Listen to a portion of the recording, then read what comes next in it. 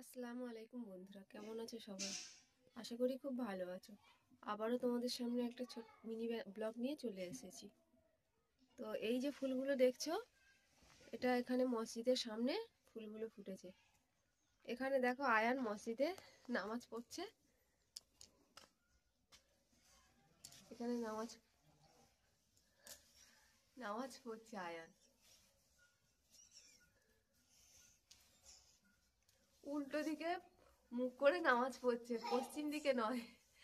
ওই পশ্চিম দিকে মুখ করে তো নামাজ পড়তে হয়। মসজিদের ভিতরে ঢুকে এরা দুষ্টুমি করছিল। এখন ঘড়িতে বাজে 40, 12:40 মতো। চলে এসো, 11:40, 41, 11:41 বাজে। চলে এসো।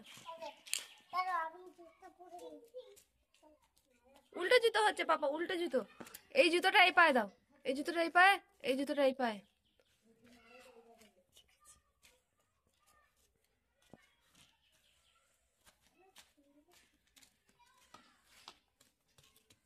আরিয়ান সরে যাও।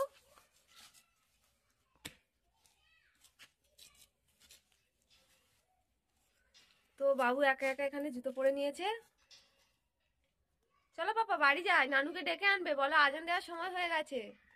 ঠিক আছে, বলো চলো নানু আজান দেবে। ওখান থেকে জাম করবে? ওরে বাবা, চলো।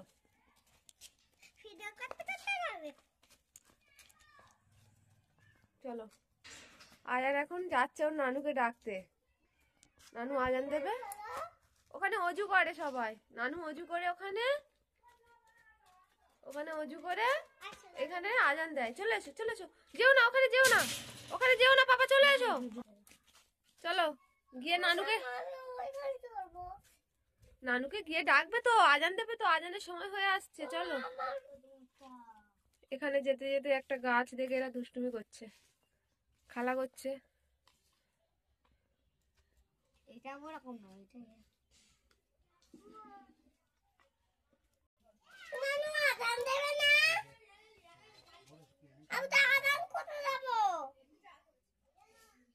নানু শুনতে পাইনি, জোরে বলো।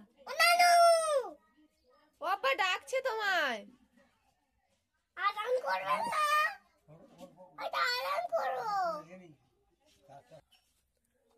তো বাবু এখন মসজিদ থেকে চলে এসেছে, এসে নানুকে ডেকে দিল যে নানু তুমি আজান দেবে না। আসলে নানুর বাড়ি আছে বাবু। এখন এখন এসে গাড়ি চড়ছে। দেখি আসলে ব্লগটা অনেক দেরিতে শুরু করেছি, এই জন্য বাবু অনেক লেটে ঘুম থেকে উঠেছে। কাল রাতে অনেক রাতে ঘুমিয়েছে। 10টার সময় ঘুম থেকে উঠে খাওয়া দাওয়া করে তো সোজা বাবু মসজিদে চলে গিয়েছিল। বললো যে নানু মসজিদ দেখবো, নানু মসজিদে কোথায় আজান দেয় দেখবো। গিয়ে ও একটু নামাজ পড়ে নিল। তো এইভাবে সারাদিন খেলা করতে করতে দিন যাবে। আবার দুপুর হলে ভাত খাওয়াবো, খাওয়া দাওয়া করে আবার ঘুম থেকে উঠবে। তো চলো, বেশি বড় করব না, ছোট করেই ছেড়ে দিচ্ছি। তো সবাই ভালো থেকো, সুস্থ থেকো, আল্লাহ হাফেজ।